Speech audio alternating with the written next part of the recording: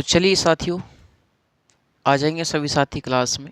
नमस्कार, स्वागत है आप सभी लोगों का आपके अपने परिवार समता कोचिंग सेंटर पर। तो साथियों, लास्ट क्लास में जो आप लोगों ने प्यार दिखाया, जो आप लोगों ने सहयोग किया, उसके लिए आप सभी लोगों को बहुत बहुत धन्यवाद। तो सभी साथी क्लास को ज़्यादा से ज़्यादा शेयर करें, जहाँ तक भी आपसे हो सकता है। तो चाहे कोई जानने वाला लड़का आपके कॉम्पिटिटिव एग्ज़ाम की तैयारी कर रहा हो, या फिर बीए में हो, एमए में हो, और जिस पर पॉलिटिकल साइंस हो, और जिस पर ना भी हो, अगर वो इच्छुक है पढ़ने के, तो ये सब्जेक्ट तो साथियों ऐसी है जो आपको आप बनाती है। हैं, सोनू को सोनू बनाती है, मोनू को मोनू बनाती है, राजीव को राजीव बनाती है। तो ये सब्जेक्ट वो है जो आपको आप बनाती है साथी। इसलिए इसे कोई भी पढ़ सकता है और वो दहाड़ सकता है, बोलना सीख सकता है। तो लास्ट सेशन की यदि बात करी जाए तो हम लोग राज्य पर बात कर रहे थे, और हम लोगों ने उसमें देखा होगा कि भारत एक क्या है, भारत एक राज्य है। India is a state, Bharat एक राज्य है अंतर्राष्ट्रीय परिप्रेक्ष्य में, और घरेलू परिप्रेक्ष्य में, डोमेस्टिक परिप्रेक्ष्य में भारत क्या है, एक देश है। तो राज्य या देश बात एक ही है, हम लोगों ने लास्ट में कंक्लूजन में ये बात देखी होगी। और राज्य या देश होने के लिए, स्टेट या कंट्री होने के लिए, हम जानते हैं कि चार फैक्टर जरूरी हैं, चार तत्वों की हमें आवश्यकता होती है, जिसमें से मैंने आपको जनसंख्या, भूमि, सरकार और संप्रभुता, ये चार तत्व बताए होंगे, है ना। चार तत्व मैंने आपको बताए होंगे। तो हम लोगों ने देख लिया कि राज्य या जो देश है वो बात एक ही है, दोनों के देखने के नजरिया अलग है। अंतर्राष्ट्रीय परिप्रेक्ष्य में हमारे लिए अमेरिका स्टेट है, चाइना स्टेट है, हम उसके लिए स्टेट हैं। घरेलू परिप्रेक्ष्य हम उसके देश कह देते हैं। ऐसे ही हम लोग डोमेस्टिक परिप्रेक्ष्य में, ये जो यूपी, बिहार, पश्चिम बंगाल, ये जो प्रांत हैं, इन लोगों को हम राज्य कह देते हैं, लेकिन है एक्चुअली ये प्रांत, प्रोविंसेस।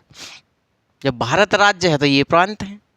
यदि आप भारत को देश मान रहे हैं तो इनको राज्य मानना पड़ेगा डोमेस्टिक तरीका से। तो चलिए भाई, तो कल हम लोगों ने इतना सब कुछ चर्चा करी। देखिए,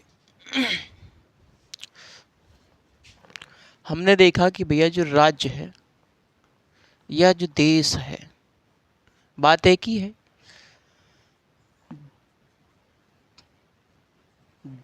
जिसके पास ये चार तत्व होंगे वो राज्य होगा या वो देश होगा। जनसंख्या, भूभाग, नंबर 3 सरकार, संप्रभुता। संप्रभुता, ये चार तत्व जहां है वो राज्य है या देश है। तो सवाल ये उठा मेरे साथी, सवाल ये उठा कि सर जी, क्या राष्ट्र भी एक ही बात है? क्या राष्ट्र भी एक ही बात है? जैसे राज्य और देश एक बात है, क्या वैसे ही राष्ट्र भी एक बात है? राष्ट्र, राष्ट्र या नेशन, ठीक। तो क्या सर जी राष्ट्र या नेशन भी एक ही बात है? नहीं साथियों, नहीं। राज्य अलग है, राष्ट्र अलग है। क्या होता है राष्ट्र? क्या होता है साथियों राष्ट्र? यदि आप लोगों के दिमाग में कोई बात आए तो बताइएगा, क्या होता है राष्ट्र? मैं आपको बता दूं साथियों, राष्ट्र का मतलब होता है समाज के बीच आपसी जुड़ाव। समाज के बीच समाज के बीच आपसी जुड़ाव, इसी को हम लोग लगाव भी बोल सकते हैं। लगाव, लगाव, एकता, इसी को हम लोग बोलते हैं बंधुत्व, बंधुत्व। इसी को हम बोलते हैं भाईचारा, भाईचारा। इसी को हम लोग बोलते हैं। ठीक है भैया। तो राष्ट्र क्या है? राष्ट्र का मतलब होता है समाज के बीच आपसी जुड़ाव, जिसे हम लोग लगाव, एकता, बंधुत्व, भाईचारा, ये सब कुछ कह सकते हैं।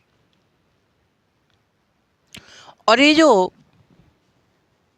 राष्ट्र के बीच जो आपसी जुड़ाव है, लोगों में जो आपसी जुड़ाव है, जो समाज के बीच जो आपसी जुड़ाव है, ये दिखता है का? ये केवल दिखता है। क्या इसे हम नाप सकते हैं कि 20%, 30%, 2 किलो, 4 किलो? नहीं ना। इसे केवल हम लोग महसूस कर सकते हैं।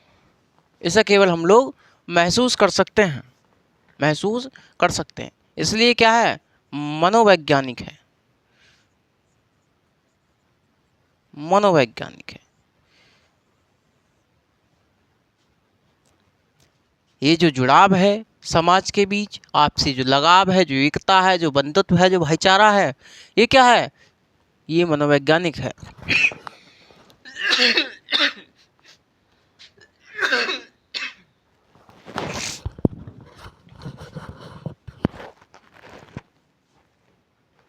तो ये क्या है? ये मनोवैज्ञानिक है।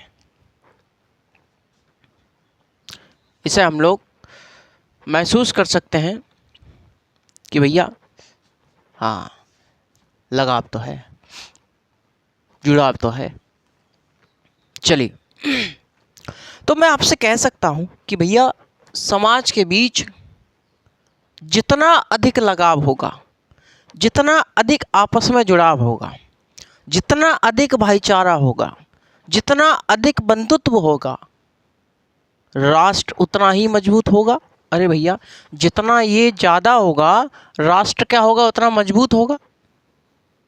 राष्ट्र उतना मजबूत होगा, मजबूत होगा।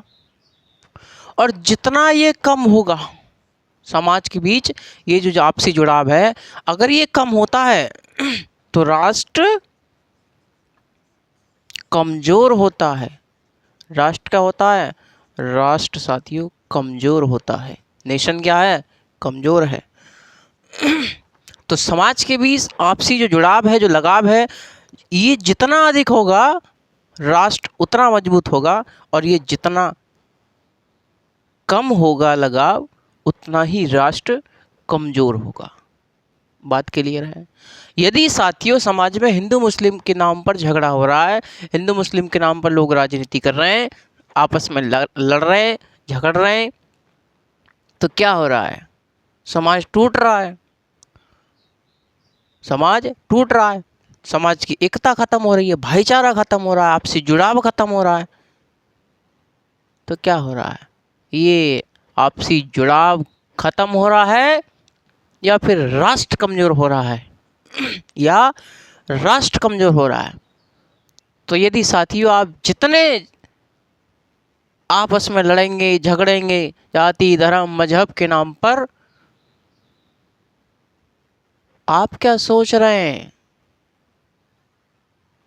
आप मजबूत कर रहे हैं राष्ट्र को? नहीं, आप राष्ट्र को कमजोर कर रहे हैं साथी।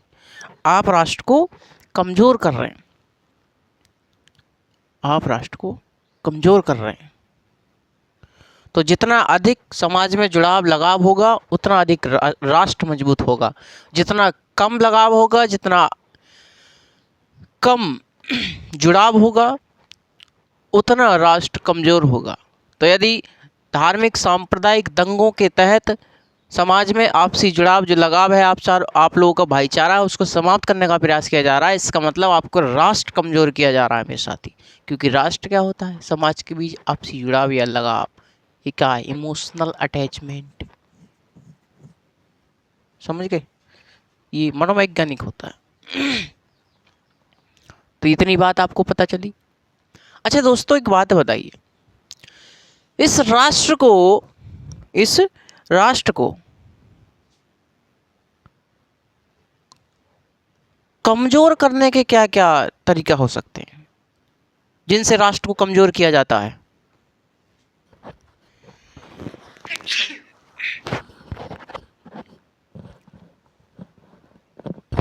यानी कि जो समाज के बीच जो आपसी जुड़ाव है, जो लगाव है, उसको कमजोर किया जाता है साथियों, आप भी जानते हैं।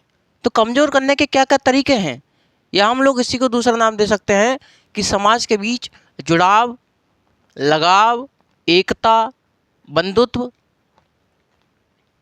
के समक्ष क्या चुनौतियां हैं, क्या चुनौतियां हैं, या साथियों राष्ट्र के समक्ष क्या चुनौतियां हैं, या फिर राष्ट्र के समक्ष क्या चुनौतियां हैं जिससे कि राष्ट्र कमजोर होता है? कई कारण है भाई, कई चुनौतियां हैं। जैसे पहला है जातिवाद, पहला है जातिवाद। जाति है भाई साहब, जाति नहीं जाती, जाति नहीं जाती है। देखिए, लोगों की खोपड़ी में घुस गई ये चीज, जातिवाद। जातिवाद भारत को, राष्ट्र को कमजोर करने में बहुत महत्वपूर्ण भूमिका निभाता है भाई साहब। आप एक व्यक्ति किसी एक विशेष जाति से आता है, उस व्यक्ति के आप घर का खाना नहीं खाना चाहते हैं, उस व्यक्ति के पास नहीं बैठना चाहते, उस व्यक्ति के पास नहीं बैठना चाहते, घड़ा छूने पर उसकी मृत्यु कर दी जाती है, उसे मार दिया जाता है ना, घोड़ी चढ़ने पर उसको मार दिया जाता है, मूंछ रखने पर उसको मार दिया जाता है ना। मंदिर में उसको नहीं घुसने दिया जाता, मंदिर में उसको नहीं घुसने दिया जाता।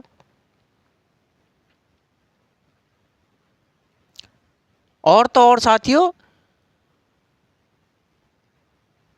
हाल फिलहाल का ही एक रिसेंट का ही उदाहरण है कि किसी गांव में एक दलित परिवार के घर में मृत्यु हुई और उसको शमशान घाट नहीं ले जाने दिया गया।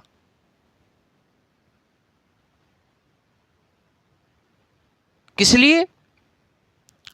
कि वो छोटी जाति से आता है, वो छोटी जाति से आता है। अरे छोटी और बड़ी क्या है, ये तो हमारे दिमाग ने दिया ना, सब कुछ हमने अपने दिमाग में कर लिया कि तू छोटा है, तू ऊंचा है, तू नीच है, तू बड़ा है, सब दिमाग से का तो खेल है। इस पर ही तो कब्जा करा बैठा है कोई व्यक्ति तुम्हारे, तो उसको नहीं जाने दिया गया शमशान घाट में। क्यों? कि वो जो है वो दूसरी, वो उच्च जातियों के लिए शमशान घाट है। अच्छा साहब, और उस व्यक्ति के लिए सड़क पर ही सबको जलाना पड़ा, अंतिम संस्कार करना पड़ा सड़क पर।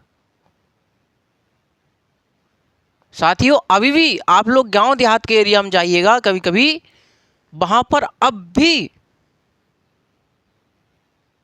अलग अलग जातियों के शमशान घाट बने हुए हैं। अरे जिंदे जिंदे पे तो आप लोगों ने छोड़ा नहीं, कम से कम मरे पे तो उसको छोड़ देते। उसको वहां भी जातियों में बांट दिया, उसको वहां भी जातियों में बांट दिया साथियों। तो जातिवाद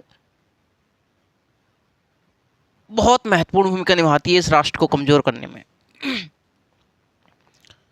जिस प्रकार से साथियों हम देख रहे हैं कि विभिन्न प्रकार के संभ्रांत लोगों द्वारा, सांप्रदायिक ताकतों द्वारा, मनोवादी मानसिकता के लोगों द्वारा जिस प्रकार से लोगों पर अत्याचार किए जा रहे हैं, ये क्या हो रहा है, ये क्या हो रहा है?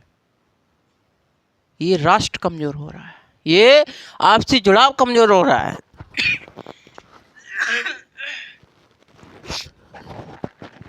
सॉरी। तो ये क्या हो रहा है, ये आपसी जुड़ाव कमजोर हो रहा है, लगाव कमजोर हो रहा है। ये कमजोर हो रहा है या फिर ये कमजोर हो रहा है? तो भाई साहब ये कमजोर हो रहा है, राष्ट्र कमजोर हो रहा है। तो जातिवाद कि तू ऊंच है तू नीच है, हम तेरे बनाया हुआ खाना नहीं खाएंगे, हम तेरे छुए हुए बर्तन नहीं छुएंगे। और ऐसा करके साथी आप क्या करना चाहते हैं, क्या दिखाना चाहते हैं?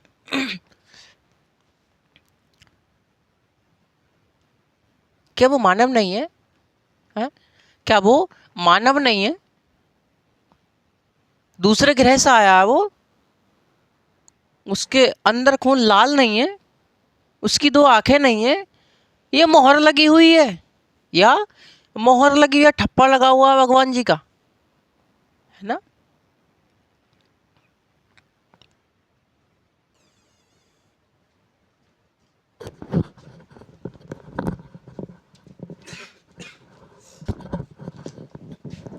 चलिए, थोड़ा टेक्निकल इशू था। तो मैं आपसे क्या बता रहा था, हम लोग बात कर रहे थे जातिवाद के बारे में, और मैं आपको बता रहा था क्या वो मानव नहीं है? क्या उसके अंदर लाल खून नहीं है, दो आंखें नहीं है, पैर नहीं है, हाथ नहीं, क्या नहीं है बताइए?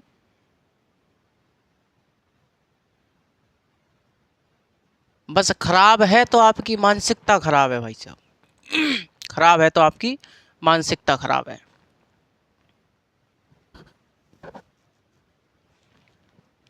ऐसा करके आप उस व्यक्ति की, आप कहते हैं समानता, समानता कब आएगी जी? समानता कब आएगी? समानता आती है स्वतंत्रता देने पर। जब समाज के प्रत्येक व्यक्ति को स्वतंत्रता दे दी जाएगी तो समानता स्वयं स्थापित हो जाएगी। तो आप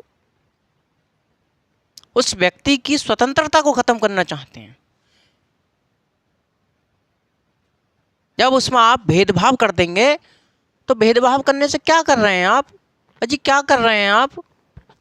उसकी स्वतंत्रता कम कर रहे हैं। जब स्वतंत्रता कम कर देंगे तो वो बन पाएगा का? सोनू सोनू बन पाएगा का? मोनू मोनू बन पाएगा का? नहीं बन पाएगा जी, नहीं बन पाएगा। क्यों? क्योंकि आपने उसकी स्वतंत्रता खत्म कर दी भेदभाव करके।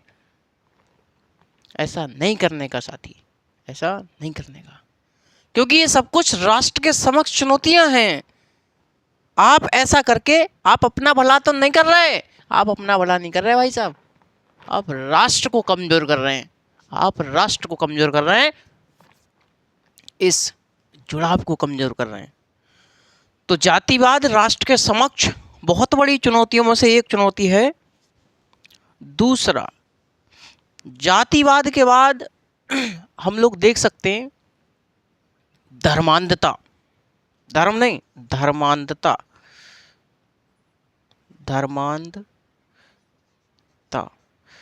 या इसे हम बोलते हैं कट्टरता,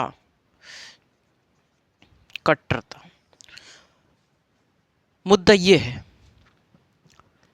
तो धर्मांधता जो है ये भी राष्ट्र के समक्ष चुनौतियों में से एक चुनौती है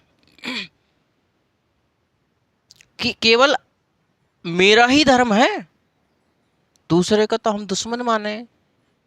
अपने ही धर्म को श्रेष्ठ मानना और दूसरे धर्म का सम्मान ना करना, यही तो है धर्मांधता। धर्म में अंधे हो जाना, अंधविश्वास हो जाना किसी चीज पर। और इस समय जानते हैं भारत में अंधविश्वास और पाखंडवाद तो चरम पर है, और जब चरम पर है इसलिए राष्ट्र कमजोर है। और इसलिए इस समय साथियों वैज्ञानिक और तार्किक दृष्टिकोण की बात करना ऐसे समझ लो जैसे जुर्म कर रहे हैं आप लोग।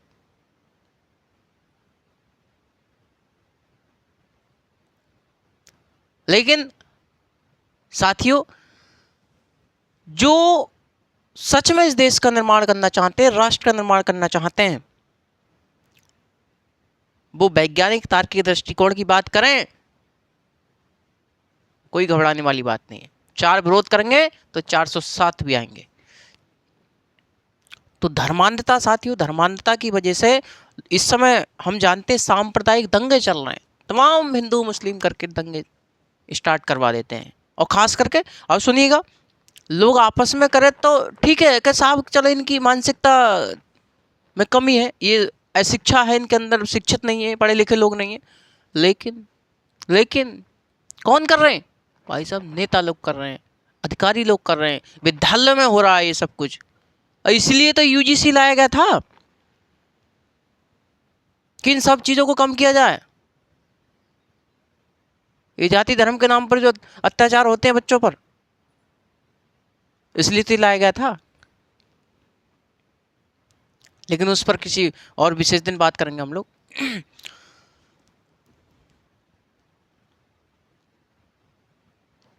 मैं आपसे कह रहा कि व्यक्ति करे तो ठीक, चलो साहब के इसके दिमाग में कमी होगी, मानसिकता अच्छी नहीं है, सोच अच्छी नहीं है, शिक्षा अच्छी ग्रहण नहीं करी।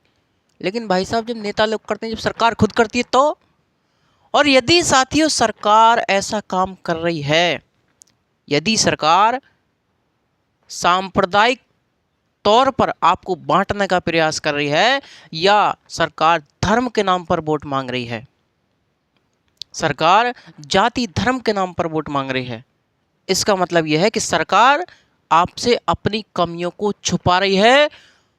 वो शिक्षा, बेरोजगारी, स्वास्थ्य, जीडीपी, एनएनपी, ये सब आपसे छुपा रही है। जो आपके जनता के जो मुद्दे हैं, उन मुद्दों को सरकार आपसे छुपा रही है। बस साथियों, जरूरत है तो आपको एक समझदार नागरिक बनने की आवश्यकता है। नागरिक जिसे कहते हैं, आपको एक नागरिक बनने की आवश्यकता है। साथियों, संविधान लागू होने के 75 साल बाद भी आज भी हम नागरिक नहीं बन पाए, आज भी हम नागरिक नहीं बन पाए। संविधान निर्माता यदि देख रहे होंगे तो वो क्या देख रहे होंगे? अरे क्या हाल है देश के लोगों का, जाति धर्म मजहब सांप्रदायिक ताकतों ने इस देश का विभाजन कर दिया, देश को बांट दिया, आपस में टकराव कर रहे हैं लोग, दुश्मन मान रहे हैं एक दूसरे के लिए। और कौन मनवा रही है दुश्मन? सरकार। साथियों, सरकार की बहुत महत्वपूर्ण भूमिका होती है। मैं आपसे बताऊं तो यदि सरकार ऐसा काम कर रही है, आपको बांटने का प्रयास कर रही है, इसका मतलब सरकार मुद्दों से भटक रही है।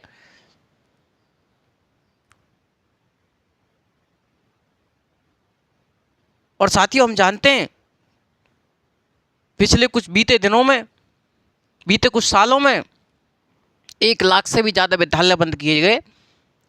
जहां विद्यालयों की संख्या बढ़नी चाहिए थी, वहां दारू के ठेकों की संख्या बढ़ रही है।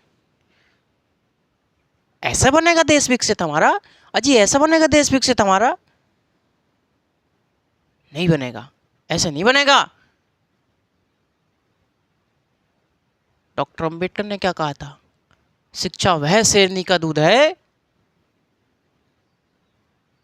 जो पिएगा वो धाड़ेगा। तो शिक्षा आपकी उन्नति का रास्ता दिखाती है, आपकी उन्नति का रास्ता दिखाती है। और साथ ही महिलाओं की तो स्थिति आप जानते हैं कि महिला सशक्तिकरण के नाम पर इन लोगों ने क्या क्या ढोंग नहीं किया, क्या क्या ढोंग नहीं किया इन लोगों ने।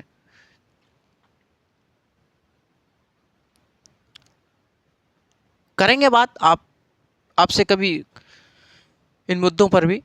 तो चलिए आज फिलहाल इन पर बात करते हैं हम। तो जातिवाद महत्वपूर्ण एक चुनौती हो सकती है राष्ट्र के समक्ष। धर्मांधता या कट्टरता, इस समय जैसी आप लोग स्थिति देख रहे हैं, स्थिति जैसी आप लोग इस समय देख रहे हैं, वो क्या है? वो धर्मांधता या कट्टरता है।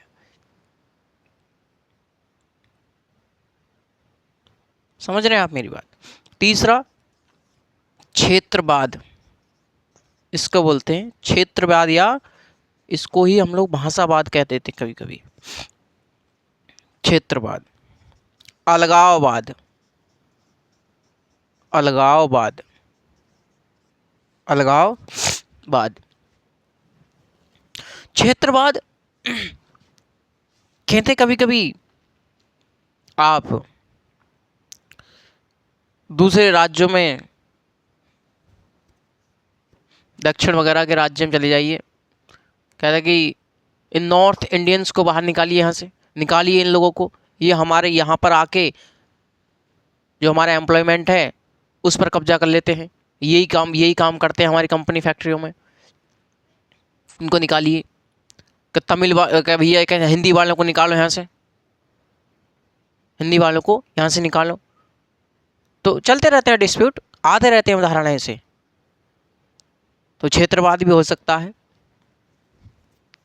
अलगाववाद, कि भैया अलग होना है, अलग होना है, यूपी कह रहा अलग होना, दिल्ली कह रहा अलग होना। तो अलग होना भी साथियों राष्ट्र के समक्ष एक चुनौती है, क्षेत्रवाद भी राष्ट्र के समक्ष चुनौती है। जरा जब क्षेत्रों में बट जाओगे, जब आपस में लड़ोगे, तो राष्ट्र कमजोर होगा या भैया मजबूत होएगा। तुम खुद समझदार हो इस बात को लेकर के। अलगाववाद हो सकता है, रंग भेद हो सकता है, रंग भेद हो सकता है, रंग भेद, रंग भेद के नाम पर भी काफी अत्याचार होते हैं लोगों पर। तो केवल अरे रंग भेद पे काले गोरे पर भी तो अत्याचार होते हैं, उस पर भी तो भेदभाव किया जाता है कि तुम तो काले हो, हम तुमसे शादी ना करेंगे, लौंडिया तनक साम रही है, लड़की तनक साम रही है भैया, हम शादी ना करेंगे, हमारा लड़का गोरू है, हमारा लड़का गोरा है, जोड़ी मैच ना कर रही, जोड़ी मैच ना कर रही। और साथियों लगभग 95% गाने गोरों पर ही बने हुए हैं। जैसे गोरे गोरे मुखड़े पर काला काला चश्मा, और गोरे रंग पर इतना गुमान न कर। समझ रहे हैं आप मेरी बात? तो रंग भेद के नाम पर भी क्या होता है, भेदभाव किया जाता है। क्या ये कभी जोड़ी मैच ना कर रही, कभी कोई कुछ मैच ना कर रहा। साथियों ये समाज इतना शिक्षित हुआ है, अभी तक ये समाज इतना शिक्षित हुआ है कि इसकी नज़र में अच्छा लड़का नौकरी वाला होता है और अच्छी लड़की सुंदर होती है, वो गोरी होती है। ये सिर्फ इतना ही जान पाया है अभी तक, ये इतना ही पढ़ा लिखा है, और सब बातों से उसको कोई मतलब नहीं है कि राष्ट्र कैसे आगे बढ़ेगा, राष्ट्र कैसे महान हमारा होगा, हमारे महापुरुषों ने क्या कहा, अंबेडकर ने क्या कहा, गांधी ने क्या कहा, सरदार पटेल ने क्या कहा, नेहरू ने क्या कहा, सावित्रीबाई फुले ने क्या कहा, पेरियार ने क्या कहा, ज्योतिबा फुले ने क्या कहा, कांसीराम साहब ने क्या कहा। नहीं पता उसको, नहीं पता। क्या पता उसको? उसको पता है ये, उसको ये पता है, उसको ये पता है, उसको ये पता है, उसको ये पता है, उसको ये सब पता है। लेकिन जिससे राष्ट्र आगे बढ़ेगा उसको वो सब कुछ नहीं पता। जब नहीं पता तो ये कमजोर होएगा ही होएगा, निश्चित सी बात है। रंग भेद, आतंकवाद, आतंकवाद, आतंकवाद भी क्या है, राष्ट्र के समक्ष चुनौती है। क्या देखा नहीं आप लोगों ने, कश्मीर के पहलगाम में अभी हत्याएं की गई, और जिस जिस जिस तरीके से मारा गया, बात वो है जिस तरीके से मारा गया। किस तरीके से? धर्म पूछ करके, धर्म पूछ करके। तो ये क्या है? ये लोगों को आपस में विभाजित करने का एक तरीका अपना लिया आतंकवादियों ने। उन्होंने देखा कि इनका जो भारत है, इनका जो राष्ट्र है, ये इसको कमजोर करो किसी तरीका से, उसको कमजोर कीजिएगा किसी तरीका से। तो उन्होंने क्या कहा, धर्म पूछ करके मार दिया।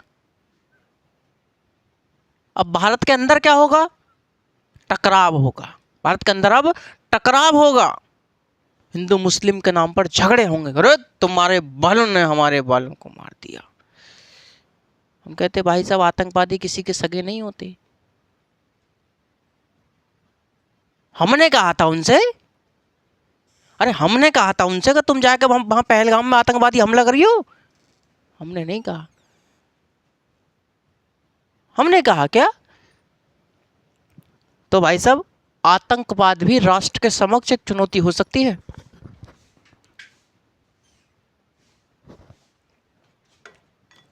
तो आतंकवाद भी राष्ट्र के समक्ष एक चुनौती हो सकती है। और क्या चुनौती हो सकती है साथी? नक्सलवाद,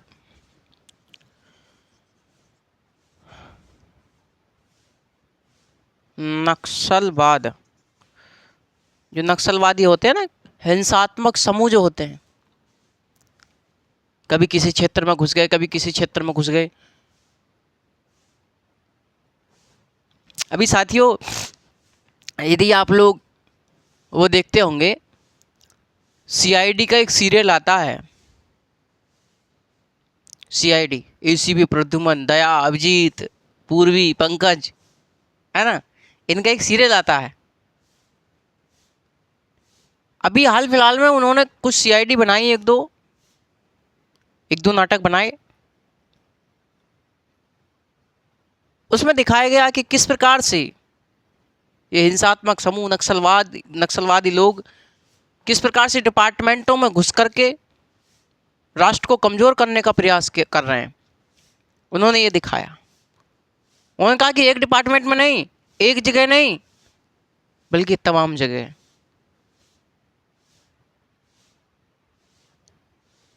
देखिएगा आप लोग, आप कहो तो मैं एपिसोड नंबर बता सकता हूं, एपिसोड नंबर बता दूंगा, एपिसोड नंबर भी बता दूंगा मैं।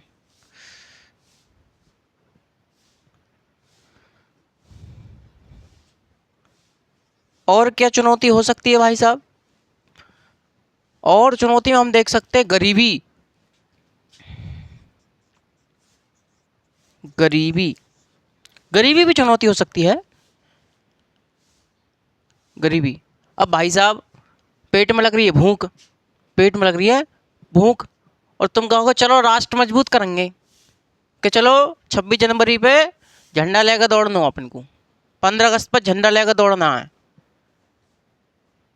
जब भैया पेट में लग रही है, जब पेट में दम है नहीं, पेट में चूहा कूद रहे हैं, तो वो झंडा लेकर दौड़ेगा का? ना दौड़ेगा भाई, झंडा लेकर वो नहीं दौड़ेगा। और गरीबी की हालत में व्यक्ति क्या क्या डिसीजन नहीं ले लेता है, वो आप स्वयं समझदार हैं। और गरीबों पर किस किस प्रकार के अत्याचार नहीं किए जाते हैं, आप स्वयं समझदार हैं। और इस सरकार में क्या हो रहा है, वर्तमान सरकार में कौन पिछ रहा है? वर्तमान सरकार में जो मध्य वर्ग है, जो कमाओ खाओ वाली स्थिति है जिन लोगों की, वो पिछ रहा है। सरकार तो उद्योगपतियों की है, सरकार ब्राह्मणों की है ना, सरकार ब्राह्मणों की भी नहीं है। सरकार राजपूतों की है ना, सरकार चौधरियों की है ना। सरकार होती है तो पूरे भारत की होती है, पूरे देश की होती है। यदि वो भी पक्षपात करने पर उतार आए तो वो किसी की नहीं हो सकती, क्योंकि साथियों वो आपके साथ राजनीति खेल रही है, आप लोगों के दिमाग पर हावी होने वाली है।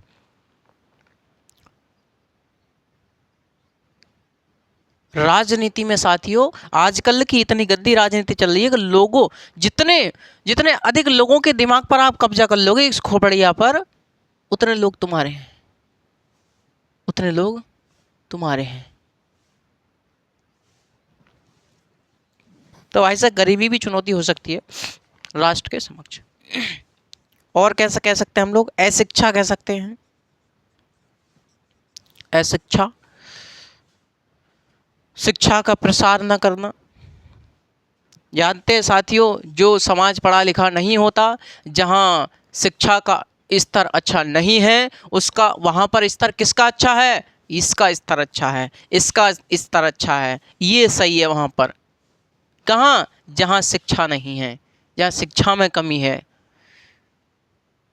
वहाँ बात संविधान की होगी, वहाँ बात डॉक्टर अम्बेडकर की होगी, वहाँ फूले की बात होगी, वहाँ काशीराम की बात होगी, वहाँ महापुरुषों की बात नहीं होगी भैया। वहाँ बात भगत सिंह की होगी नहीं, सुभाष चंद्र बोस की होगी नहीं, गांधी की होगी नहीं, बात किसकी होगी? अरे बात किसकी होगी रे लल्ला? इसकी बात होगी, इसकी बात होगी, इसकी बात होगी। और जब इसकी बात होगी तो जो भाई साहब जो बैठे हैं कुछ लोग बोरी बिस्तरा लेके अपना, और ये क्या करेंगे? ये इनको आपस में बांटने का काम करेंगे, इनको बांटने का काम करेंगे। समझ रहे हैं आप मेरी बात? अरे हाँ यार। तो भाई साहब अशिक्षा भी राष्ट्र के समक्ष चुनौतियों में से एक चुनौती आती है। तो राष्ट्र के समक्ष क्या क्या चुनौती हो सकती है? समाज के बीच आपसी जुड़ाव, लगाव, एकता, बंधुत्व के समक्ष क्या चुनौती हो सकती है? तो साथियों, ये तमाम चुनौती हो सकती हैं, जिसमें जातिवाद है, धर्मांतर है, कट्टरता है, क्षेत्रवाद है, अलगाववाद, रंगभेद, आतंकवाद, नक्सलवाद, गरीबी, अशिक्षा। और साथियों, ये राष्ट्र मजबूत हो, इसके लिए हमारे संविधान निर्माताओं ने संविधान की प्रस्तावना में ही बंधुत्व जो है, बंधुत्व को संविधान का एक उद्देश्य के तौर पर स्थापित किया है। उद्देश्य बताया है संविधान का कि बंधुत्व स्थापित करना, आपस में भाईचारा स्थापित करना। समझ रहे हैं आप मेरी बात? अरे हाँ या ना? चलिए, तो ये तो है भाई साहब राष्ट्र क्या है, राष्ट्र के समक्ष क्या क्या चुनौतियां हैं। एक बार फिर पूछूं मैं साथियों आपसे, एक बार मैं आपसे फिर पूछूं कि गुरुजी राष्ट्र क्या है? कि राष्ट्र का मतलब होता है समाज के बीच आपसी जुड़ाव, लगाव, एकता, बंधुत्व, भाईचारा, ये होता है। तो साथियों, ये जो समाज के बीच जो आपसी जुड़ाव है, तो समझते रहेगा, ये जो समाज के बीच आपसी जुड़ाव है, ये कई आधारों पर देखने को मिल सकता है ना हमारे लिए। ये कई आधारों पर देखने को मिल सकता है ना, जैसे जैसे जैसे भाषा, जैसे भाषा, धर्म, संस्कृति, इतिहास,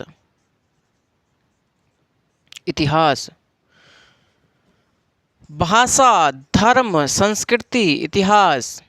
तो ये जो समाज में जुड़ाव है, समाज में जुड़ाव भाषा के नाम पर भी देखने को मिल सकता है कि हम सब की भाषा एक है, हम सब हिंदी बोलते हैं, तो हम आपस में क्या है, हमारा जुड़ाव है, लगाव है हम सब में आपस में। आप जब बाहर रहते होंगे, तैयारी वगैरह करते होंगे कहीं, तो आपकी क्या सोचते होंगे? आप मान के चलो कहीं घूमने गए, आप कहीं घूमने गए, मान चलो आप गए, चलेगा भाई साहब इधर लक्षद्वीप की तरफ, है ना? और लक्षद्वीप कुछ समय पहले उसमें भी था, करंट में चले गए। वहाँ आपने देखा कि रे यार, यहाँ एक आदमी हिंदी बोल रहा और अपने वाला दिखे। ये भाई साहब इधर आना जरा। कहाँ से हैं आप? कहाँ से हैं आप? अरे मैं यूपी के गोरखपुर से हूँ। अरे अरे भाई साहब नमस्कार, कैसे हैं? कि आप कैसे करें यार, घूमने आए हैं ऐसे ही? तो आप लोग की भाषा एक है गई, आप नहीं जानते उस व्यक्ति को, नहीं जानते, लेकिन आप लोगों ने किस आधार पर लगाव महसूस किया? भाषा के नाम पर। इत्तेफाक सी बात, उस व्यक्ति का धर्म भी वही निकल आया जो आप लोगों का धर्म था, जो आप लोगों का धर्म था। उस आधार पर भी आप जुड़ाव हो गया आपस में। आप लोगों की संस्कृति एक जैसी है, एक जैसी रही है, इस आधार पर भी आप लोग जुड़ाव रख सकते हैं, जुड़ाव हो सकता है समाज में। इतिहास कुछ लोगों का एक जैसा रहा है, इस आधार पर भी लोग आपस में जुड़ाव महसूस करते हैं। यदि साथियों इन आधारों पर भाषा, धर्म, संस्कृति, इतिहास, यदि इन आधारों पर समाज में आपको जुड़ाव दिखाई देता है तो उसे कहते हैं हम सांस्कृतिक राष्ट्रवाद। क्या कहते हैं? उसे कहते हैं सांस्कृतिक राष्ट्रवाद। उसे कहते हैं सांस्कृतिक राष्ट्रवाद। बात समझ में आई? अरे हाँ या ना? कि यदि समाज में जुड़ाव भाषा, धर्म, संस्कृति, इतिहास के नाम पर दिखाई देता है, आप लोगों को यदि महसूस होता है, तो वो क्या है? वो सांस्कृतिक राष्ट्रवाद है। तो आप लोग कैसे राष्ट्रवादी हैं? सांस्कृतिक राष्ट्रवादी हैं, यदि आप लोग अनुमान लगाना चाहें तो इसका।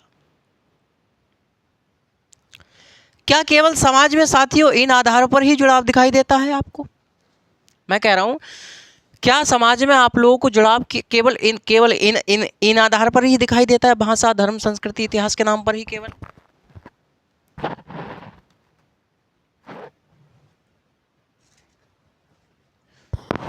क्यों जी?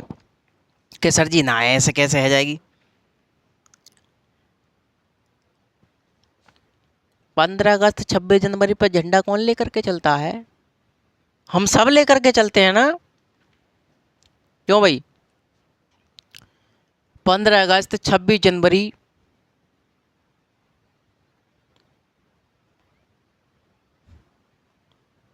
देखिएगा,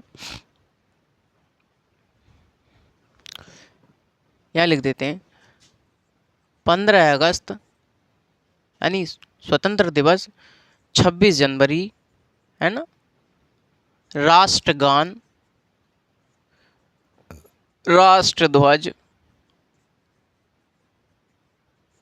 राष्ट्रध्वज, राष्ट्रगान, राष्ट्रध्वज, हर घर तिरंगा,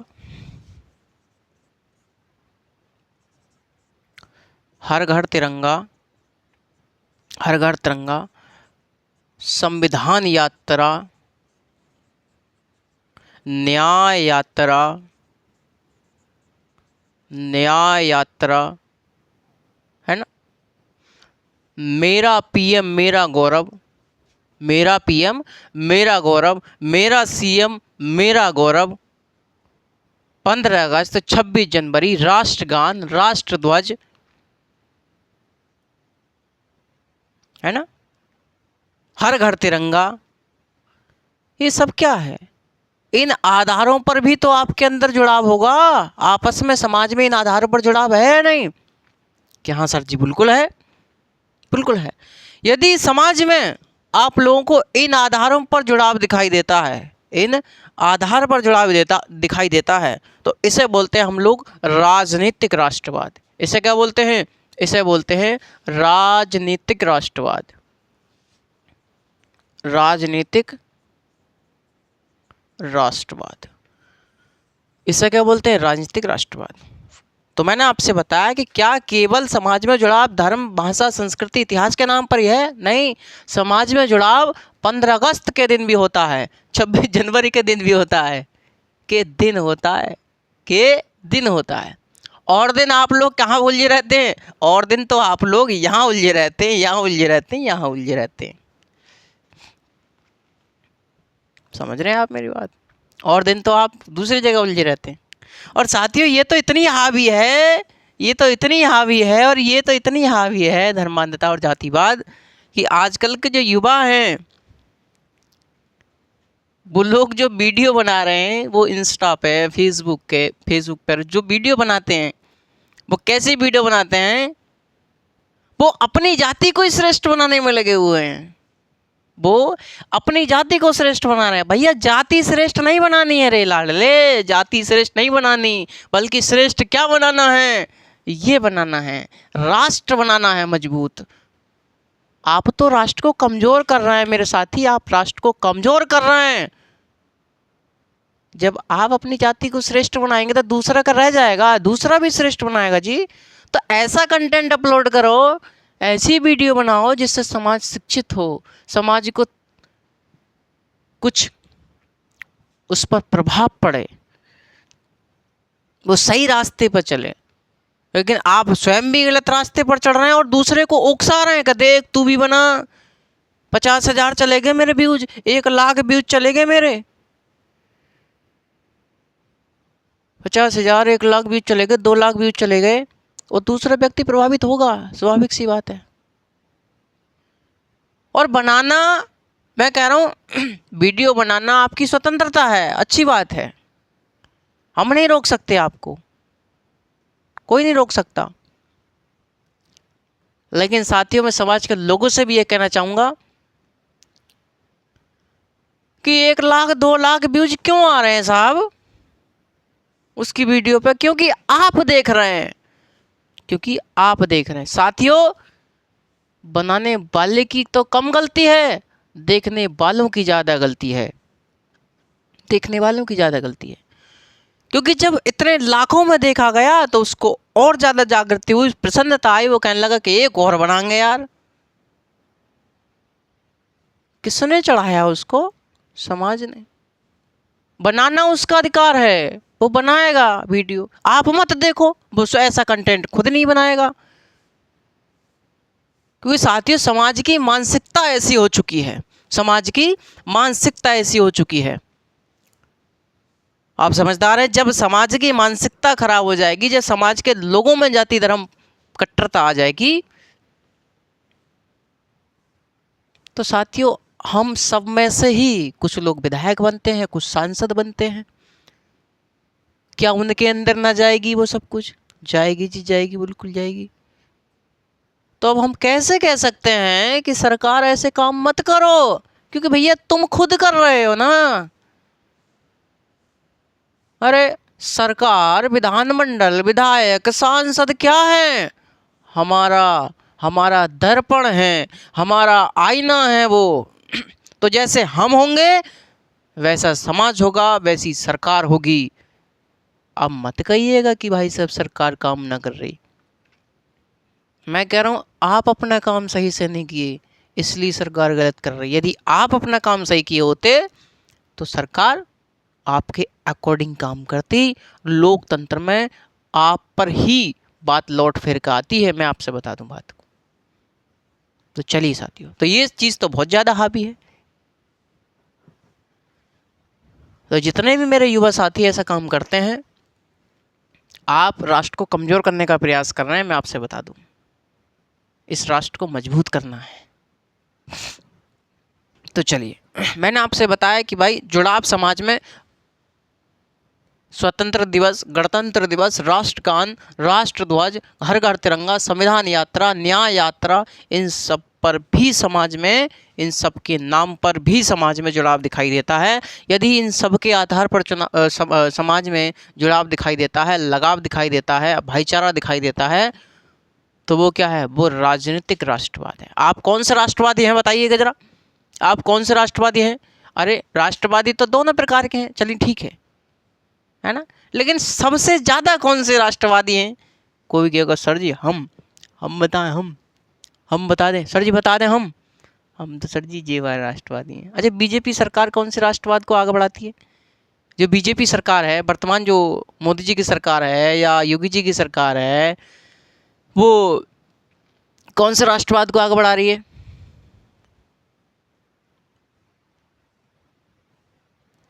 इस राष्ट्रवाद को, इस राष्ट्रवाद को आगे बढ़ा रही है।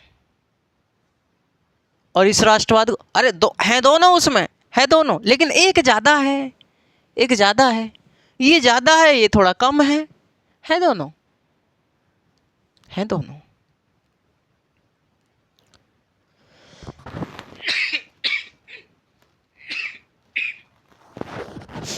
तो हैं दोनों। चलिए, अब साथियों मैंने आपसे बताया कि सांस्कृतिक राष्ट्रवाद और राजनीतिक राष्ट्रवाद। यदि इन आधारों पर जुड़ाव दिखाई देता है तो सांस्कृतिक राष्ट्रवाद, इन आधार पर जुड़ाव दिखाई देता है समाज में तो राजनीतिक राष्ट्रवाद। ठीक है जी। यदि साथियों कुछ और भी आधार हो सकते हैं, कुछ और भी आधार हो सकते हैं, कहाँ सर जी हो सका है। जैसे जैसे गुरुजी चाइना यदि हमारे साथ डोकलाम विवाद करे तो हम क्या करेंगे, हम चाइनीज प्रोडक्ट को क्या करेंगे, बाइकआउट करेंगे, हम चाइनीज की अर्थव्यवस्था को खत्म कर देंगे, हम चाइना की अर्थव्यवस्था को खत्म कर देंगे, हम उसका सामान नहीं खरीदेंगे। Boycott China, boycott China, boycott Turkey, boycott Turkey, boycott Maldives, boycott Maldives, हम उसकी अर्थव्यवस्था को खत्म कर देंगे। मेड इन इंडिया लगाएंगे हम, मेड इन चाइना को खत्म करके मेड इन इंडिया चलेगी, मेड इन इंडिया चलेगी। अभी कुछ समय पहले साथियों प्रधानमंत्री लक्षद्वीप गए थे और मालदीव नहीं गए थे। तो जितने भी मीडिया चैनल थे, जितने भी बड़े बड़े उद्योगपति थे, वो सबकी नज़र कहाँ थी, सबकी नज़र प्रधानमंत्री पर थी कि प्रधानमंत्री साहब वहाँ गए और वहाँ उन्होंने चाय बनाई। क्या दर्शाया, वो क्या है, वो ये दिखाया जा रहा था कि देखिए लक्षद्वीप भी बढ़िया है, यहाँ भी उद्योग लगाइए, यहाँ भी इन्वेस्टमेंट कीजिए, तो मेड इन इंडिया लगाइए, मेड इन चाइना को ख़त्म कीजिए, मेड इन जापान को ख़त्म कीजिए, मेड इन इंडिया करिए। ये आपको जोड़ने का प्रयास किया जा रहा था, समाज को एकजुट करने का प्रयास किया जा रहा था। और यदि साथियों यदि इन आधार पर आपके समाज में जुड़ाव दिखाई दे रहा है, उसे कहते हैं आर्थिक राष्ट्रवाद।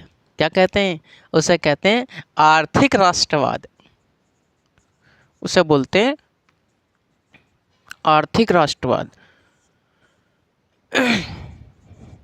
Boycott China, boycott Turkey, boycott Maldives, boycott Maldives, ये क्या है, बाइकआउट जापान, बाइकआउट अमेरिका,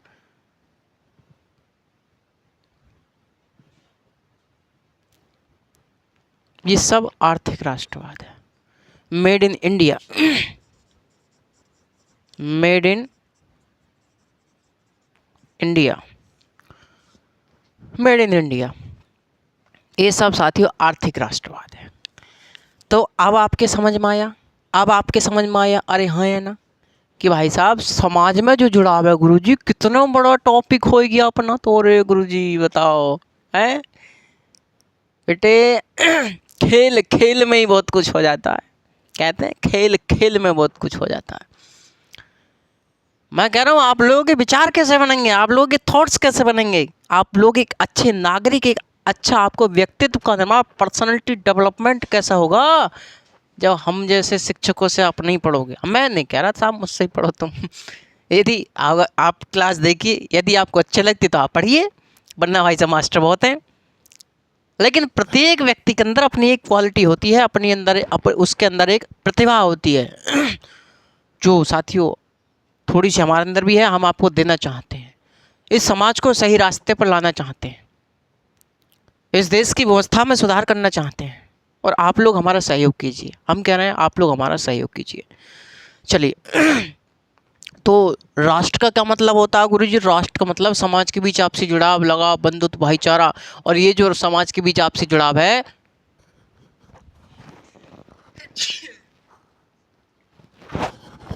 ये किन आधारों पर देखने को मिल सकता है? भाषा, धर्म, संस्कृति, इतिहास, इन आधारों पर भी देखने को मिलता है। यदि समाज में इन आधारों पर देखने को मिलता है उसे बोलते हैं सांस्कृतिक राष्ट्रवाद। यदि समाज में ये जुड़ाव, लगाव इन आधारों पर देखने को मिलता है उसे बोलते हैं राजनीतिक राष्ट्रवाद। यदि समाज में जुड़ाव, लगाव इन आधारों पर जुड़ाव दिखाई देता है उसे बोलते हैं आर्थिक राष्ट्रवाद, उसे बोलते हैं आर्थिक राष्ट्रवाद।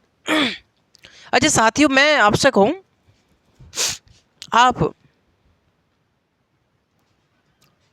मैं आपसे कहूँ कि भैया जो महाकुंभ है, महाकुंभ कौन से राष्ट्रवाद में डालोगे आप? महाकुंभ कौन से राष्ट्रवाद में डालोगे?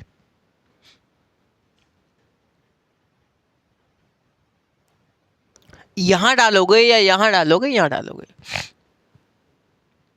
महाकुंभ, अरे भैया धर्म के नाम पर हुए थे ना सब लोग इकट्ठा, धर्म के नाम पर लोगों में जुड़ाव महसूस हुआ था ना, धर्म के नाम पर लोगों में जुड़ाव हुआ महसूस हुआ था कि साहब हिंदू धर्म का बहुत बड़ा महाकुंभ होने वाला है प्रयागराज में, जिसमें 50 करोड़ से भी अधिक लोग आने वाले हैं।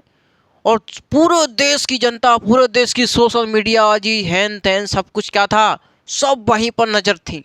पूरा देश की इधर से उधर हो रहा था, सब एक थे। क्या था, अरे वो क्या था, वो सांस्कृतिक राष्ट्रवाद था, वो सांस्कृतिक राष्ट्रवाद था।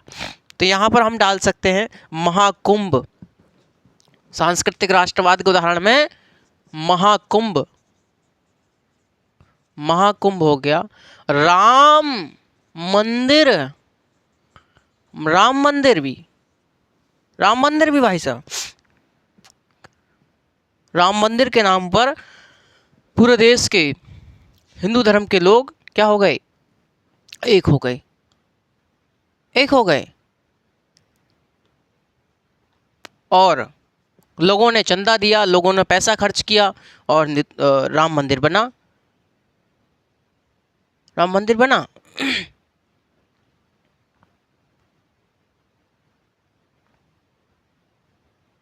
क्या था, सांस्कृतिक राष्ट्रवाद।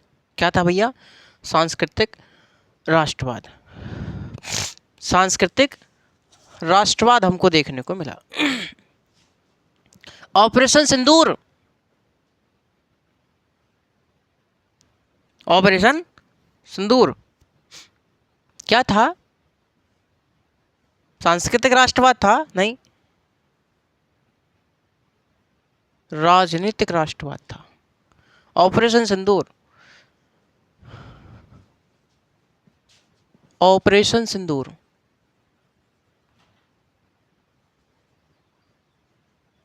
ऑपरेशन सिंदूर 15 अगस्त, 26 जनवरी, राष्ट्रगान, राष्ट्रध्वज, हर घर तिरंगा, संविधान यात्रा, न्याय यात्रा, भारत जोड़ो यात्रा, राहुल गांधी जी, भारत जोड़ो यात्रा जो राहुल गांधी जी चला रहे थे, भारत जोड़ो यात्रा। कभी कभी देखते हैं संविधान यात्रा, न्याय यात्रा, क्या है,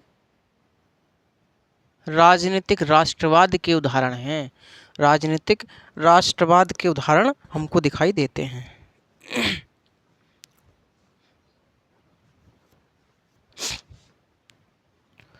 और जो अपनी कांग्रेस पार्टी है, जो कांग्रेस पार्टी है आपकी, कांग्रेस पार्टी जो भारत में, वो राजनीतिक राष्ट्रवाद को ज़्यादा बढ़ावा देती है। कांग्रेस, जो कांग्रेस पार्टी है वो राजनीतिक राष्ट्रवाद को अधिक बढ़ावा दे रही है। उसके अंदर सांस्कृतिक राष्ट्रवाद भी, लेकिन भाई कोई ना कोई तो ज़्यादा होगा ना, तो राजनीतिक राष्ट्रवाद ज़्यादा है। एक पार्टी है साथियों, सीपीआई, सीपीआई कहते हैं कम्युनिस्ट पार्टी ऑफ इंडिया। उनके किसी भी भाषण में देख लियो, किसी भी बजट में देख लेना, वो 80% बात उनकी इकोनॉमी पर होगी, आर्थिक स्थिति पर उनकी बहुत ज़्यादा भाषण होते हैं। वो आर्थिक राष्ट्रवाद को पार्टी बढ़ावा देती है। तो राष्ट्रवाद के आपको किसके बारे में पता चला, आपको राज्य के बारे में पता चला साथियों, आपको राष्ट्र के बारे में पता चला, नेशन के बारे में पता चला, और आपको राष्ट्रवाद के बारे में पता चला, है ना। तो राष्ट्र के बारे में पता चल गई, राज्य के बारे में भी आपको पता चल गई। राज्य के बारे में हमने आपको देखा कि राज्य क्या है, कि भैया राज्य होने के लिए 4 तत्वों की आवश्यकता होती है। और क्या है, ये भौतिक है, भौतिक है, ये दिखता है, ये दिखता है का नहीं, इसको केवल महसूस किया जा सकता है, इसको अनुमान लगाया जा सकता है, महसूस किया जा सकता है, ये मनोवैज्ञानिक है। ये क्या है, समाज के बीच आपसी जुड़ाव या लगाव है। तो ये जो राज्य है या जो राष्ट्र है साथियों, ये दोनों एक ही बात है, ध्यान सुनते रहेगा, ये दोनों एक ही बात है, या फिर इन दोनों बातों में अंतर है? इन दोनों बातों में अंतर है। मैं आपसे बताऊं साथियों, राष्ट्र और राज्य सैद्धांतिक दृष्टि से अलग हैं, सैद्धांतिक दृष्टि से अलग हैं साथियों, लेकिन लेकिन लेकिन व्यावहारिक दृष्टि से दोनों एक ही हैं, व्यावहारिक दृष्टि से दोनों एक ही हैं। यदि आप इसको नुकसान पहुंचाएंगे तो स्वाभाविक सी बात है ये कमजोर होगा, यदि आप इसको कमजोर करेंगे तो ये कमजोर होगा। इन दोनों में कैसा संबंध है, यानी कि राष्ट्र और राज्य में कैसा संबंध है? तो भैया इनमें जो संबंध है, ये एक दूसरे के पूरक हैं, जिसे अंतर निर्भर कहते हैं। अंतर निर्भर हैं ये एक दूसरे पर, इंटरडिपेंडेंट हैं, इंटरडिपेंडेंट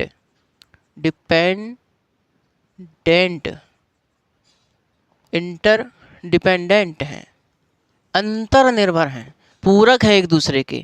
यदि आप इसको नुकसान पहुंचाएंगे, इसको नुकसान स्वयं होगा, इसको कमजोर करेंगे, ये कमजोर हो जाएगा। समझ रहे हैं आप मेरी बात? यदि आप हिंदू मुस्लिम जाति धर्म के नाम पर झगड़ा कराएंगे तो ये लोग भाई साहब ट्रेनों में आग लगाएंगे, ये लोग बुलेट ट्रेन जलाएंगे। अच्छा दोस्तों, मैं आपसे बताऊं कि स्कूल किस में आएगा? स्कूल किस में आएगा जी? स्कूल आएगा राज्य में। स्कूल हो गया, हॉस्पिटल हो गया, हॉस्पिटल हो गया, है ना, हॉस्पिटल हो गया। गंगा एक्सप्रेसवे, भाई वाह, Ganga express way, Purvanchal expressway,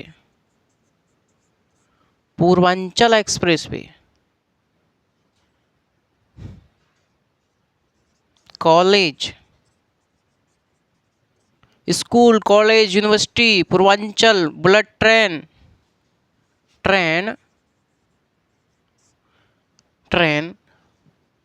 यानी कि रेलवे, बुलेट ट्रेन, हवाई अड्डा, ये किस में आएंगे?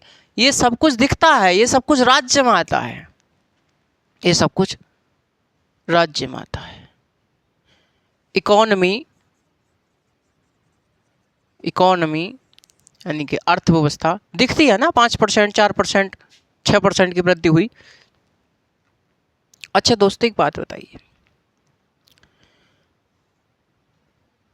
किसी व्यक्ति की इकोनॉमी स्थिति खराब है, उस व्यक्ति के पेट में रोटी खाने को नहीं मिल पा रही, सही से उसका पालन पोषण नहीं हो पा रहा, और आप उससे उम्मीद करते हैं कि वो 15 अगस्त 26 जनवरी पे झंडा लेकर दौड़ेगा ना।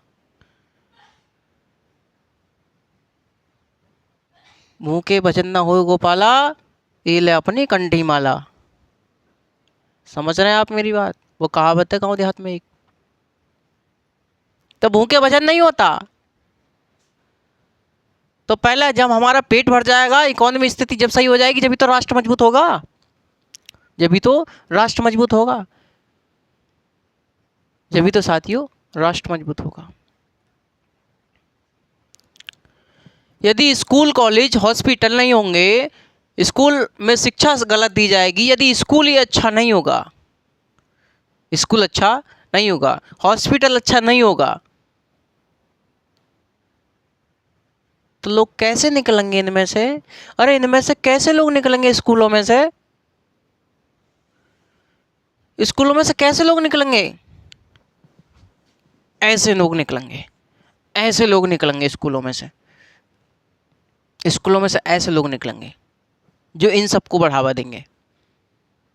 ये गलत है, इसमें कमी है तो इसमें कमी आ जाएगी, ये कमजोर है तो इसमें ये कमजोर अपने आप हो जाएगा। भाई साहब, सड़कें खराब हैं, लोग चुप रह जाएंगे, ना जी ना, मामला भाई साहब ऐसे ही बैठ रहा गुरु जी, जैसे आप बता रहे हैं कि यदि ये कमजोर होगा तो ये कमजोर होगा ही होगा।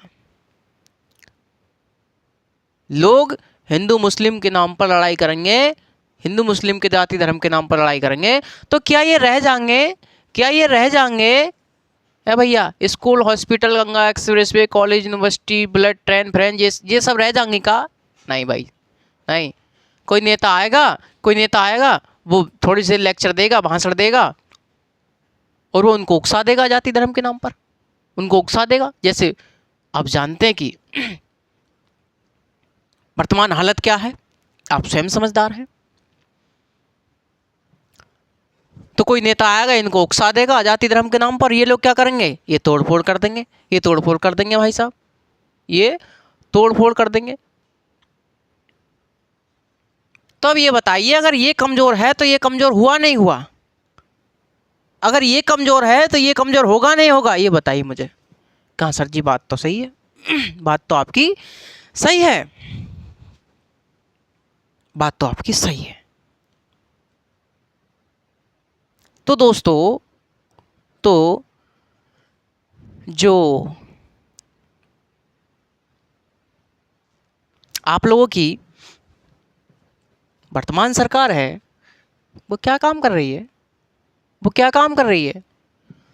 वो इनको बढ़ावा दे रही है, वो इनको बढ़ावा दे रही है। हालांकि स्कूल को तो लिस्ट में से हटा ही दो, स्कूल तो भाई साहब बंद ही करवाए जा रहे हैं, है ना। तो तमाम एक्सप्रेस वे बन रहे हैं, आपको सब कुछ दिखाया जाता है, भौतिक चीज़ें बहुत दिखाई जाती हैं कि देखिए ये बन रहा है, ये वो बन रहा है, ये बनना है, ये रोड का चौड़ीकरण हो रहा है, ये चौड़ीकरण हो रहा है, ये दूसरी सड़क बन रही है, ये एक्सप्रेस वे बनना है, ये गंगा एक्सप्रेस वे बनना है, ये बुलेट ट्रेन आ रही है, ये शताब्दी है, ये एक्सप्रेस वे, पता ना क्या क्या बन रहा है। क्या इसे ही बनाने से काम चल जाएगा? ए भैया, क्या इसे ही बनाने से काम चल जाएगा? नहीं, बल्कि हमको साथियों इस पर भी काम करना पड़ेगा, इस पर भी काम करना पड़ेगा। हमको साथियों HDI पर भी काम करना पड़ेगा, ह्यूमन डेवलपमेंट इंडेक्स, इस पर भी काम करना पड़ेगा। हमको मानव का विकास भी करना पड़ेगा, इसको बोलते हैं मानव का विकास, इसको बोलते हैं भैया मानव का विकास। हमको मानव का विकास भी करना पड़ेगा, मनुष्य मानव को पर्सनैलिटी डेवलपमेंट भी करना पड़ेगा, जिससे कि वो इन सब चक्करों में ना फंसे, इन सब चक्करों में ना फंसे। समझ रहे हैं आप मेरी बात? अरे हाँ या ना? तो केवल साथियों, केवल रोड बना देने से, केवल हाईवे बना देने से, केवल ट्रेन फ्रेन ये सब कुछ बना देने से डेवलपमेंट हो जाएगा का? विकास हो जाएगा का? नहीं। भौतिक विकास वास्तविक विकास नहीं है।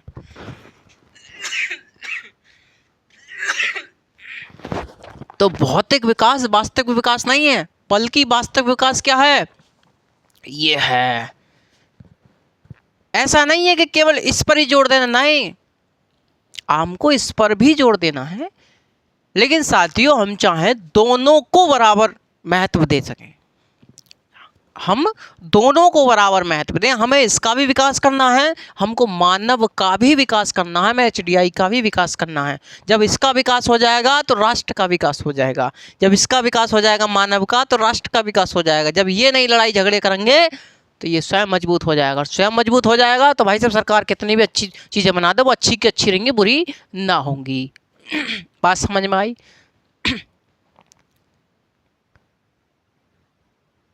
समझ रहे हैं आप मेरी बात? तो केवल रोड हाईवे बना देने से विकास नहीं होगा, बल्कि हमें इनका भी विकास करना पड़ेगा। बात समझ में आई? और ये जो साथियों राष्ट्र के समक्ष चुनौतियां हमने आपको बताई, ये जो हमने राष्ट्र के समक्ष चुनौतियां बताई कि भाई साहब जाति धर्मांधता, जातिवाद, धर्मांधता, क्षेत्रवाद, अलगाववाद, रंगवाद, आतंकवाद, नक्सलवाद, गरीबी या शिक्षा, तो गुरुजी चुनौतियां तो आपने बताई, क्या इनका समाधान भी है? अरे क्या इनका समाधान भी है कि हाँ समाधान है, समाधान है। और समाधान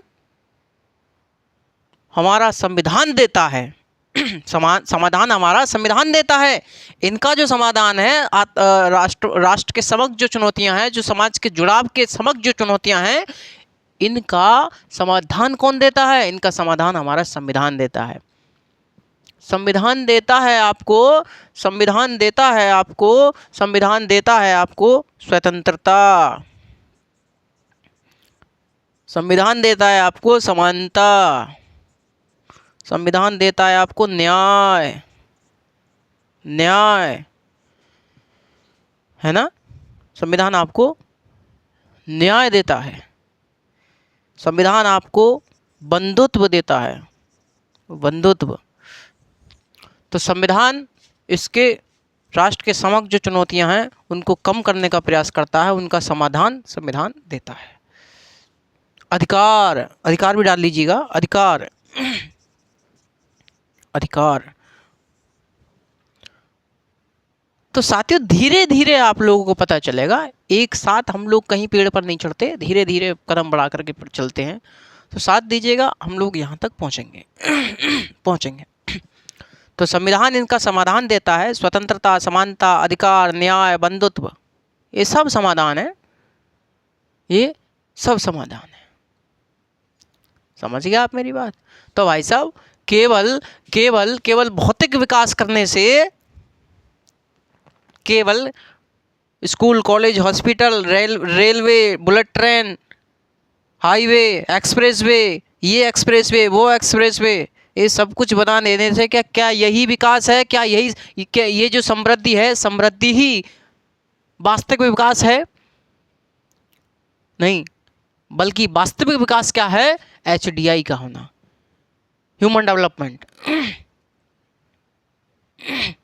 कुछ समय पहले निर्मला सीतारमण जी ने ये तो बात कही थी कि हमें HDI पर भी ध्यान देना है, मानव के विकास पर भी ध्यान देना है।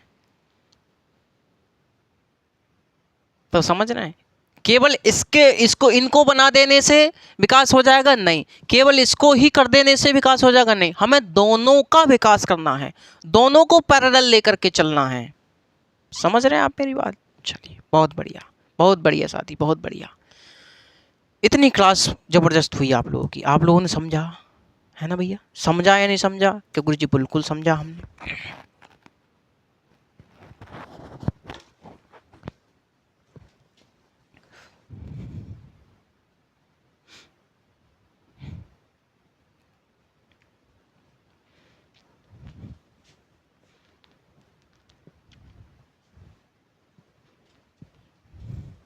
क्या हम लोगों ने बिल्कुल समझा? यदि आप इसको लिख सकते हैं, ज़रा मैं थोड़ा तेज़ बोलूं क्योंकि वीडियो रिकॉर्ड हो जाएगी, कोई दिक्कत बात नहीं है। लगभग आपकी 1.25 घंटे की क्लास हो चुकी है, लगभग 15 मिनट के अंदर मैं आपको क्लास समाप्त कर रहा हूँ ये वाली। ठीक है भाई? चलिए लिखिए फटाफट, राष्ट्र डाल दीजिएगा, राष्ट्र या नेशन, हेडिंग डालना राष्ट्र या नेशन, इसमें लिखें फटाफट।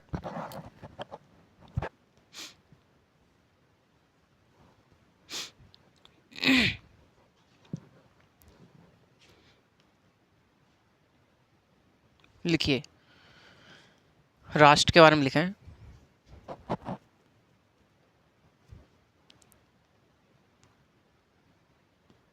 राष्ट्र समाज के बीच मनोवैज्ञानिक लगाव जुड़ाव, एकता, बंधुत्व, भाईचारा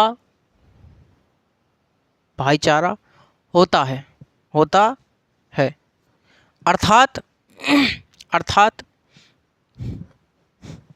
अर्थात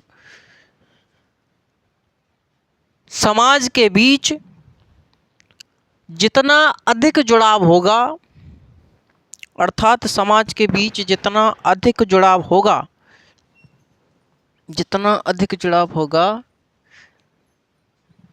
राष्ट्र उतना ही मजबूत होगा। राष्ट्र उतना ही मजबूत होगा, राष्ट्र उतना ही मजबूत होगा, राष्ट्र उतना ही मजबूत होगा। यदि समाज के बीच जुड़ाव कम होगा, जुड़ाव कम होगा तो राष्ट्र कमजोर होगा, तो राष्ट्र कमजोर होगा, तो राष्ट्र कमजोर होगा। ठीक है। तो साथियों हम जानते हैं कि पिछली लास्ट सेशन में हम लोगों लगभग 54-55 मिनट की क्लास हुई होगी, लेकिन थोड़ी सी क्लास आज बढ़ाई गई क्लास, लेकिन हाँ 1 घंटे के आसपास ही रखा करेंगे हम लोग। हमें पता नहीं चला, फ्लो में पढ़ाते चले गए, समझाते चले गए। ठीक है, वरना हम लोग इसमें भी सभी टॉपिक छुटवा रहे, लेकिन कोई बात नहीं, जो टॉपिक समाप्त हो जाता है तो समाप्त ही करने में फ़ायदा है भाई सब। ठीक है, हाँ जी। लगभग अपन लोगों की एक क्लास और होगी, क्लास में हम लोग जो बेसिक था हम लोग इसको समाप्त कर देंगे। उसके बाद हम लोग संविधान के संवैधानिक विकास से स्टार्ट करेंगे। ठीक है, तो आगे लिखें, इसके बारे में लिखें, आगे लिखें भाई। तो यहाँ तक लिख लिया, चलिए नई लाइन से लिखें। यदि समाज में ये जुड़ाव या लगाव भाषा, धर्म, संस्कृति, इतिहास आदि के नाम पर दिखाई देता है, आदि के नाम पर दिखाई देता है, तो उसे सांस्कृतिक राष्ट्रवाद कहा जाता है, तो उसे सांस्कृतिक राष्ट्रवाद कहा जाता है, तो उसे सांस्कृतिक राष्ट्रवाद कहा जाता है। नई लाइन से लिखें। और यदि समाज में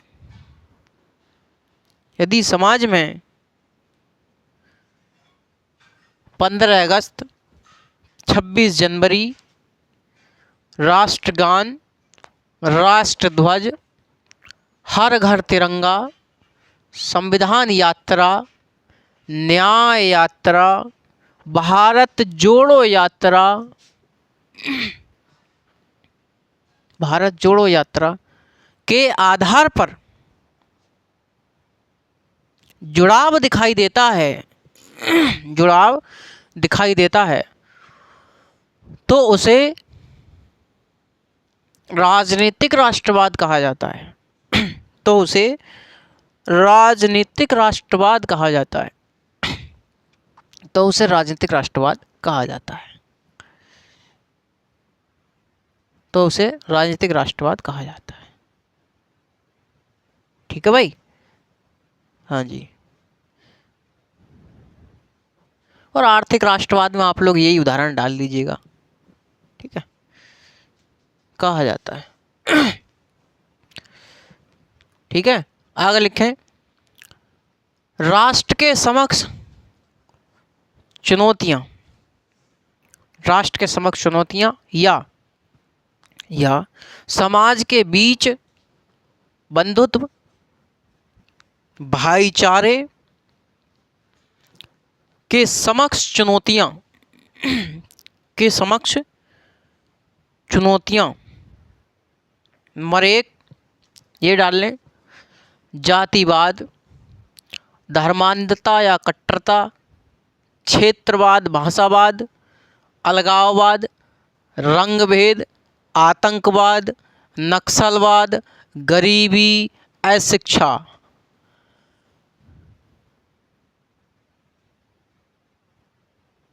ये क्या हो गई?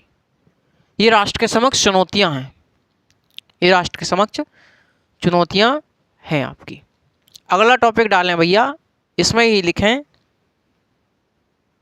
राष्ट्र और राज्य में संबंध, राष्ट्र और राज्य में संबंध, राष्ट्र राज्य में संबंध लिखें। राष्ट्र और राज्य में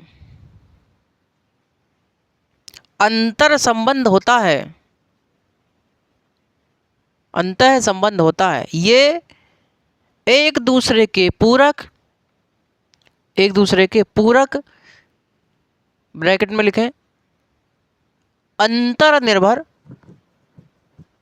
ब्रैकेट क्लोज, होते हैं, होते हैं। यदि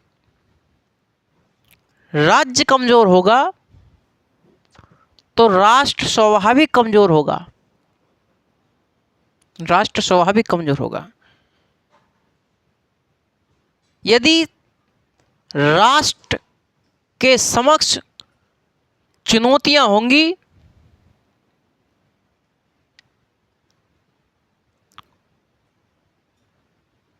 तो राज्य में,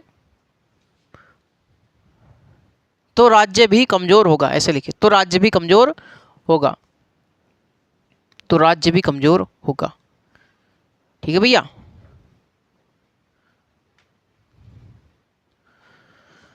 तो राज्य भी कमजोर होगा। एक क्वेश्चन आया था साथियों, मेंस का क्वेश्चन था,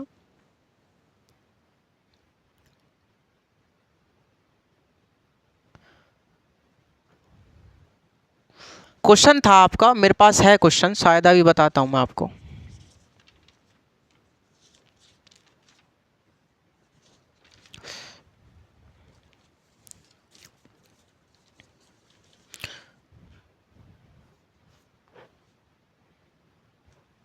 क्वेश्चन था, राष्ट्र व राज्य में क्या अंतर है, या फिर राज्य या राष्ट्र में क्या अंतर है, राष्ट्र के समक्ष चुनौतियों का उल्लेख करें, राष्ट्र के समक्ष चुनौतियों का उल्लेख करें। यानी कि राज्य के बारे में बताना, राज्य क्या है वही वाला बता देना। मैंने आपको बताया कि व्यक्तियों का एक समुदाय है, ठीक है, वो पूरी लाइन लिखवा देना अपनी। और राज्य क्या है, राज्य के बारे में बता देंगे, उसके बाद राष्ट्र क्या है उसके बारे में बता देंगे, राष्ट्र के समक्ष चुनौतियां क्या हैं वो बता देंगे। ठीक है भैया, अरे हाँ है ना, अरे इतनी बात समझ में आ रही है ना, आ रही है आप लोगों के? तो लिखना भाई साहब, लिखने में भी आप लोगों को ध्यान लगाना है, यदि नहीं लिखोगे तो दिक्कत आएगी कहीं ना कहीं, लिखने में भी ध्यान आपको लगाना है।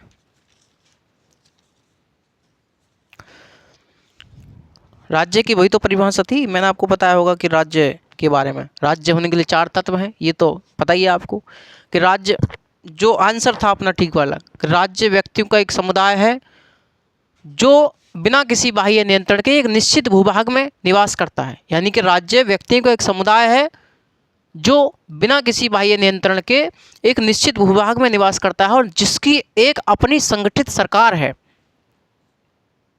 ये बताना। उसके बाद राष्ट्र के बारे में बताना, राष्ट्र के समक्ष चुनौती के बारे में, खत्म कहानी। तो ये था अपना आंसर और उत्तर, यानी कि प्रश्न और उत्तर, क्वेश्चन और आंसर। ये भाई साहब जैसे तुम समझना चाहो, ठीक है। तो आज की क्लास थोड़ी लंबी रही, कोई बात नहीं, लेकिन ज्ञान आपको मिला। मिलता हूँ मैं आपसे नेक्स्ट सेशन में साथियों, और क्लास को ज़्यादा से ज़्यादा शेयर करें, आप लोग सभी साथी बने रहें, चैनल को सब्सक्राइब कर लें। तो ठीक है, मिलते हैं आपसे नेक्स्ट सेशन में। जब तक आप सभी लोग बहुत खुश रहिए, मस्त रहिए, ज़बरदस्त रहिए। जय हिंद, नमस्कार।